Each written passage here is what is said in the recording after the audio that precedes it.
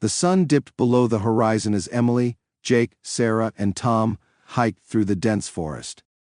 They had set out for a weekend camping trip, eager to escape the stresses of their lives and reconnect with nature. As they followed an old trail, laughter and camaraderie filled the air.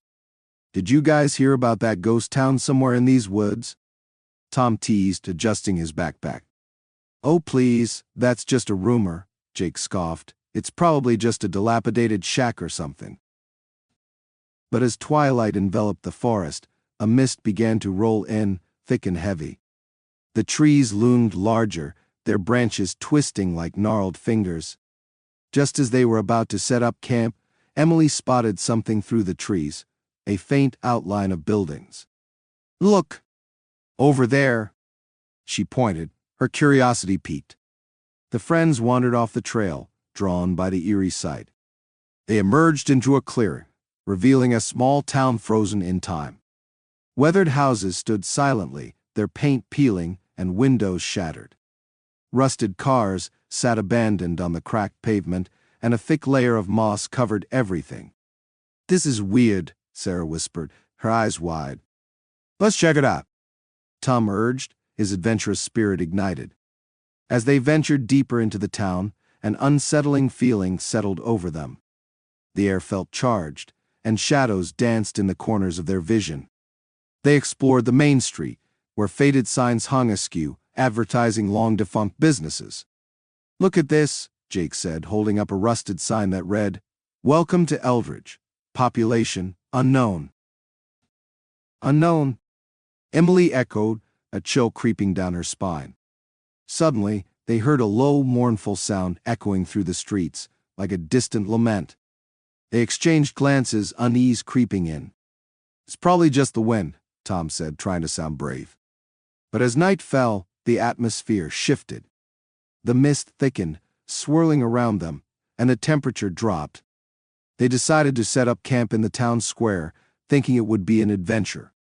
They built a fire, but it did little to stave off the growing dread. As they sat around the flickering flames, they heard whispers drifting through the air, soft, pleading voices. Sarah shivered, pulling her jacket tighter. "Do you guys hear that?" "It's just your imagination," Jake said, though his voice wavered slightly.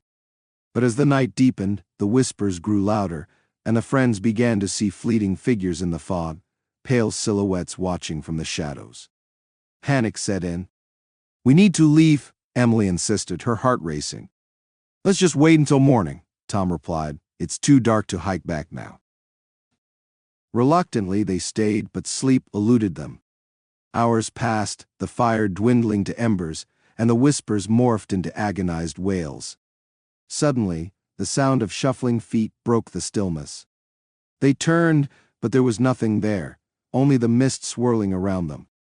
Then, from the darkness, a figure emerged, an old man, his clothes ragged and eyes sunken. He raised a trembling hand. "You shouldn't be here," he rasped, his voice a haunting echo. "They will come for you." "Who?" Jake demanded, stepping forward. "The ones who never left. The town. It has a hunger."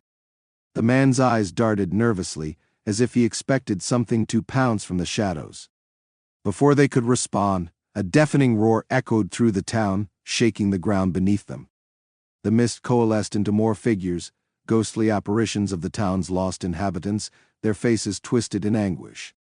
"Run!" Emily screamed, and they all took off, sprinting through the streets, guided by instinct. The shadows chased them, closing in with every frantic step. They tore through the maze of buildings, hearts pounding, until they found the edge of the town.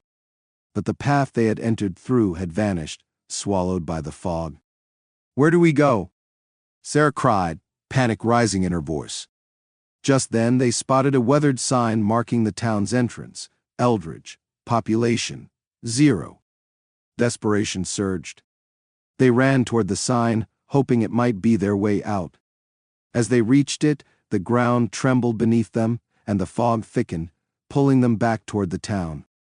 With a final burst of adrenaline, they pushed through the mist and emerged into the forest just beyond the town. Breathing heavily, they collapsed onto the forest floor, the sounds of the wails fading into the distance.